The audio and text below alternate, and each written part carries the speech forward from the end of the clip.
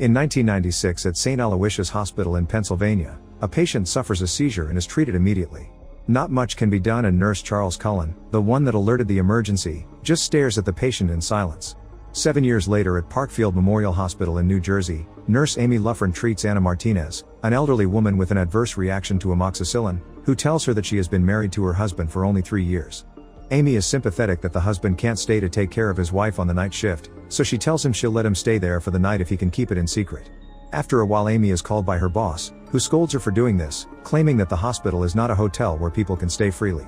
She also tells her about a new admission coming in, a guy with a good track record who can be very helpful during the shift. Amy now attends Holly, a coma patient to whom she tells things about her daily life. The hospital is unaware that Amy actually suffers from cardiomyopathy, and after finishing with Holly she has to sit to calm down a bit. She arrives home, where she pays the nanny for taking her daughters to school, feeling tired after the night shift. On a visit to the doctor, Amy discovers that if she continues to exert herself, a fatal coronary incident could occur in just months. The next step is to stay calm long enough to get on the heart transplant waiting list. The doctor tells Amy that she must stop working, but she tells him that she needs health insurance and that she will not have a release fee unless she has been in the hospital for at least a year. At this, the doctor can only advise her to tell her girls what they can do in the event of cardiac arrest. After the visit, Amy is surprised at how expensive it was, revealing her financial struggle. On her way back to her shift, Amy sees Charlie doing inventory, and introduces herself by asking him if he's been given the hospital tour yet. They start hitting it off early on, with Charlie mentioning that he's been to several hospitals and even having a good friend in common. He mentions to Amy the patients they got that night, including Anna. She introduces them to Charlie and the woman is given her first drink of water. Charlie tells them that he will be their Amy that night and that if they need anything they should just push a button and he will be right over. Both nurses share an egg salad from Amy and comment that they have 2 daughters each, but Charlie no longer lives with his because his ex moved 6 hours away. An alarm goes off for Amy, but Charlie tells he'll help her with it, leaving Amy smiling alone. Returning home, Amy finds herself at an argument between her oldest daughter Alex and the babysitter. Getting involved, her daughter mentions how she can't even have her mother by her side and leaves. While tending to Holly, Amy suffers from her heart again, so she decides to get away and calm down before something serious happens, but is surprised by Charlie. He comforts her and helps her with breathing exercises, so Amy confesses to him about her cardiomyopathy and lack of health insurance. She asks Charlie not to reveal her secret and he asks how long until she has insurance. Amy tells him it's 4 months away, so in that time Charlie can help her so she won't be so burdened at work. They arrive at the hospital the next day to learn that Anna was unable to spend the night, and Amy is outraged to see that she was left abandoned in the room. Charlie confesses to her that he lost his mother when he was a child and at the hospital where she was treated her negligently, getting him interested in helping people in such conditions. Anna's husband talks to Amy while Charlie cleans up the body. At the end, Charlie stares at Anna's body without saying a single word. 7 weeks pass and detectives Tim Braun and Danny Baldwin show up at the hospital looking into the Anna Martinez case in particular. Hospital risk manager Linda Guerin appears before the detectives, and exposes to them how Anna's case was surrounded by unusual circumstances. When the detectives ask to know where Anna's body is, Linda tells them that the family cremated it weeks ago and that they still remain unaware of the woman's condition. The detectives assure them that they will investigate the situation and interview the staff, with Baldwin taking particular interest in the case. Charlie has now become close even with Amy's daughters, who become depressed when the babysitter arrives, meaning that Charlie and his mother will have to go to work. During their investigation, the detectives come across Charlie's name and his Pennsylvania background, and when they ask for information about him they are told that Charlie's folder has a posit saying digoxin. Charlie apparently received trespassing and harassment charges in '95 after slashing a coworker's tires following their breakup, but the charges were later dropped. Baldwin knows something isn't right, as the hospital has turned Anna's case into something bigger than it's supposed to be, believing they're even covering up causes and evidences. At first they think it's about money, but there may be something darker going on.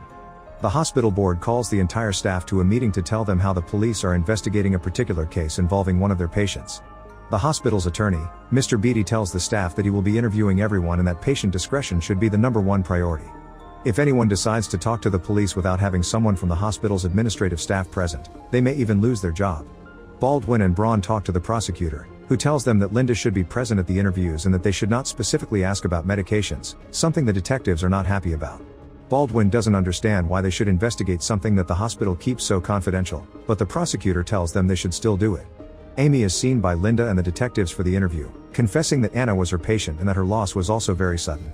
Linda is called out and the detectives take the opportunity to ask Amy about some deviation in Anna's condition, and she notes how her blood sugar values were wrong. She explains that the insulin in her system wasn't made for her body, so someone had to give it to her from outside. That would result in a double medication error, which is unusual and may have been the cause of Anna's loss. Upon Linda's return, Amy is asked about her co-workers, specifically Charlie, but Amy tells her that when Anna's situation happened it was the day shift, and Charlie and she work at night. Amy defends Charlie by praising what a good nurse he is and leaves. Now Amy is in the middle of a complication with one of the patients and it overexerts her heart to the point of almost fainting. Charlie finds her out of the way and gives her a pill using his nurse code at the hospital's computer, sitting down next to her. She says that he can be fired for using hospital medication without permission, but he tells her that he knows how to break the system so no one will notice. After another consultation with the cardiologist, Charlie tells Amy that she should talk to her daughters in case the worst happens, but Amy is scared as her daughters have no one else to be with. Charlie tries to cheer her up by telling her that there are only 2 months left before she can have insurance, so Amy decides to talk to Alex to explain the situation. The detectives continue investigating Charlie, and when they try to talk to the Aloysius Hospital's attorney, he tells them that their staff's information is strictly confidential. They are both frustrated that every time they try to approach Charlie, there is always someone who has his back. At that they receive a package from Parkfield Memorial Hospital's internal investigation. Baldwin talks to Linda and asks for medication reports obtained through the hospital's internal system, but she tells him that the reports are only stored for up to 4 weeks. However, after some investigation, Baldwin believes that Linda is hiding evidence, but she prefers to set the matter aside and ends the conversation. At this, Baldwin loses his temper and yells her to sit down. He calms down and berates Linda for what she is doing. Amy sees a new patient named Kelly, whose husband admits to bringing her baby Vanessa to the hospital, but Amy lets it go. Charlie shows up and tells her there's a purple code, which means the pizza arrived.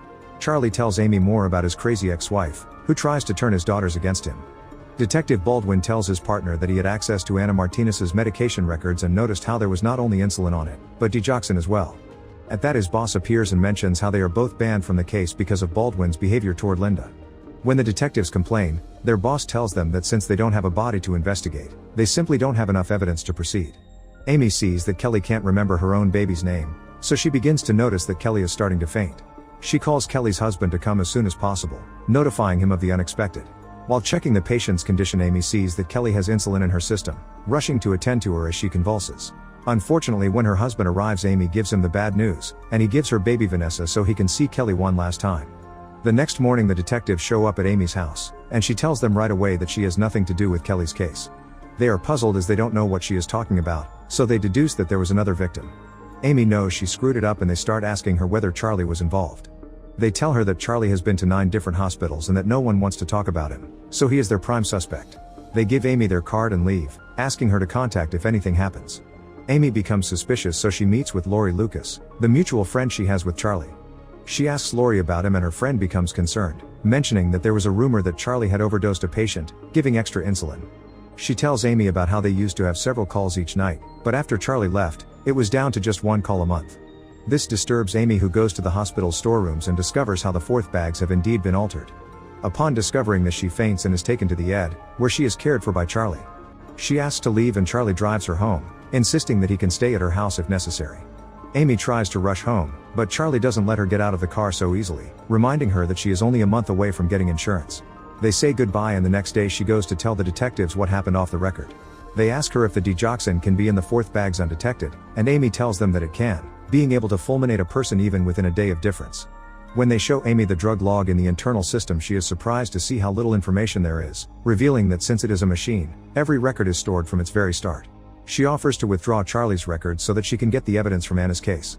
However, she is told that it is not feasible as Anna was cremated and they need a body to investigate, so Amy thinks to ask Kelly's husband. Kelly is dug up and her husband decides not to watch because of how hard the situation is. Meanwhile, Amy replaces an 4 bag from another one Charlie placed on a patient, as well as looking up Charlie's records in the system that show he indeed did withdraw insulin and digoxin. Amy and the detectives manage to put the puzzle together and present it to the chief, only there is one small problem. Amy explains that Charlie has a method of getting the system to detect a medication cancellation, showing as if nothing was ever withdrawn. Since it is not evidenced in the record, they really have no proof that Charlie did that, no matter how much proof there already is. Charlie is interviewed by Linda and Mr. Beatty, who ask him a series of questions about his previous employment. Seeing that the data doesn't match what Charlie says, they have no choice but to let him go, so he signs his dismissal and leaves. This news quickly reaches the detectives' offices, where they say the cycle is repeating itself again, blaming the prosecutor for not having done anything at the time. When Amy returns home, she finds that Charlie is also there with her daughters.